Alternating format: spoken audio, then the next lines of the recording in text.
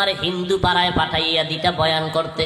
আল্লাহর উপরে ভরসা করে বলতে চাই, ও দিনাজপুরের মুসলমান, আল্লাহর উপরে ভরসা করে বলতে চাই, ও দিনাজপুরের মুসলমানেরা, 6টা মাস যদি 1 ঘন্টা করে প্রতিদিন আমি হিন্দু পাড়ায় বয়ান করতাম, আল্লাহর কোরআন দিয়া, নবীর সুন্নতের আদর্শ দিয়া, 6 মাসে ইনশাআল্লাহ পুরা হিন্দু পাড়াওয়ালারা নবীর আশেক হতে বাধ্য হয়ে যাইত।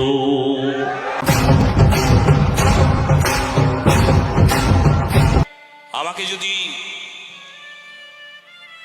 হিন্দুদের গ্রামে যদি আমি 2-3 দিন যাই, 7 দিন যাই, 3 মাস যদি যাই, তবে ইনশাল্লাহ আমি সবাইকে মুসলমানে কনভার্ট করব। সত্য কথা। আপনি যদি প্রমাণ চান তবে ভিডিওটা আমি দেখাতে পারি আপনাদেরকে। আর আমিও জোর গলায় বলতে পারি, নাটকের ভঙ্গিমা নয়, জোর গলায় বলবো, এটা নাটক নয়, এটা সত্য কথা, একমাত্র সত্য সনাতন ধর্ম। ইসলাম ধর্মাবলম্বী মানুষরাও যদি এই সত্য কথা যদি কানে প্রবেশ হয় তাদের, তবে তারা আর মিথ্যার রং তামাশা নিয়ে থাকবে না, এটাও গ্যারান্টি রইল। আমি 3 মাস বলবো না, ওই বক্তার মতন 3 মাস বলবো না, 7 দিন বলবো।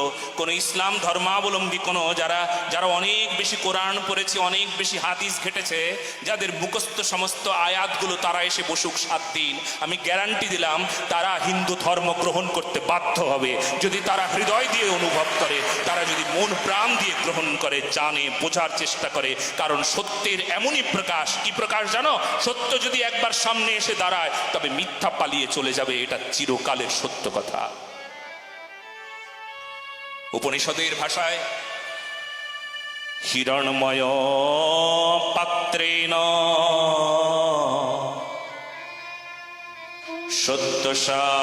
সত্যশাপিহিতম মুখম।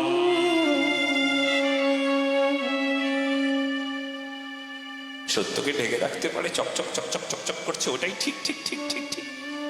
নকল সোনাটাই মনে হয় আসল সোনা, চকচক চকচক চকচক চকচক করছে, দেখতে কি ভালো, বাহ, এটাই বুঝি ঠিক। আরে মহারাজ, যে দেশে শাল গাছ নাই, বড় গাছ নাই, ভ্যান্না গাছগুলো দেখেছ? ভ্যান্না গাছগুলো বলে, এই আমার নাম মহিরুহ, আমার নাম বিরাট বৃক্ষ, বলো না গো। একবার যদি সামনে এসে পড়ে না, বিরাট সামনে এসে পড়লে ক্ষুদ্র তখন বলবে, আরে সত্য সনাতন ধর্মের জয় হোক, বলো না গো, রাধে রাধে।